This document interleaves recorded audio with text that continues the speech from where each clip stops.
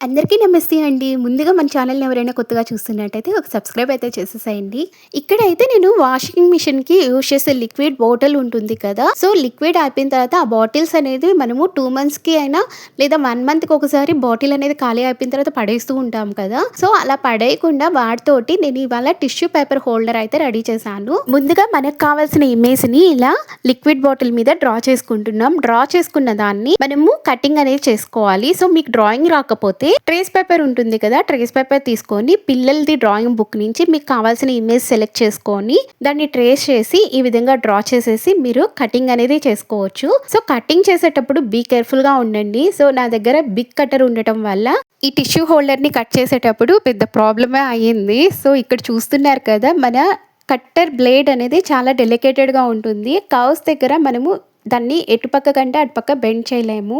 So ఆ విధంగా ఇక్కడ నేను కటింగ్ చేసేటప్పుడు ఫింగర్ అనేది కట్ చేసుకున్నాను, చూస్తున్నారు కదా. సో ఈ విధంగా కట్ అయినా కూడా ఫైనల్ వరకు క్రాఫ్ట్ అయితే వదిలిపెట్టలేదు. బికాస్ ఏదైనా స్టార్ట్ చేసామంటే అది అయ్యేంత వరకు మనకు నిద్ర పట్టదు అనమాట. మీలో ఎంతమంది ఇలాగే థింక్ చేస్తారో కమెంట్ సెక్షన్ లో కమెంట్ చేయండి. సో ఇక్కడ అయితే ఒక మోడల్ చూపిస్తున్నాను కదా, ఇలా మోడల్ కట్ చేసుకొని హోల్ పెట్టేసి మనం వాల్ కే హ్యాంగ్ చేయొచ్చు.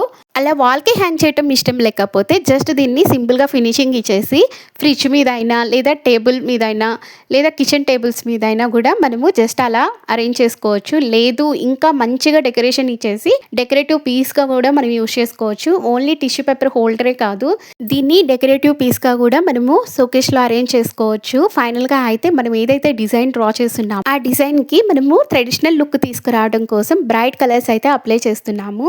మీకు కావాలంటే మెటాలిక్ కలర్ యూస్ చేసుకోవచ్చు. మెటాలిక్ కలర్స్ యూస్ చేయడం వల్ల మనకి ఇంకా రాయల్ లుక్ అయితే వస్తుంది. మనం వేస్ట్ అనుకొని పడేసే వస్తువులతోటి మంచి మంచి రీసైక్లింగ్ ఐటమ్స్ అయితే మనం రెడీ చేసుకోవచ్చు.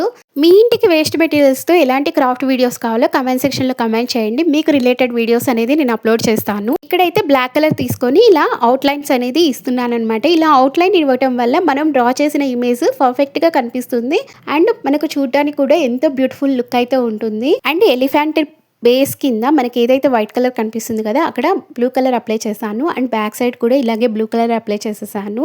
అండ్ ఎలిఫెంట్ కలర్ డ్రై అయిన తర్వాత మనము వాటర్ కలర్స్లో గ్లిటర్ సిల్వర్ వస్తాయి కదా, వాటితో అయితే ఇలా హైలైటింగ్ ఇచ్చామన్నమాట. Next tissue paper holder inside వచ్చేసి బేస్కి ఇలా స్కై బ్లూ కలర్ అప్లై చేశాను అండ్ బ్యాక్గ్రౌండ్కి గ్రీన్ కలర్ ఇచ్చాను అనమాట. అంటే మన ఎలిఫెంట్ ఫారెస్ట్లో ఉండే లుక్ అయితే వస్తుంది.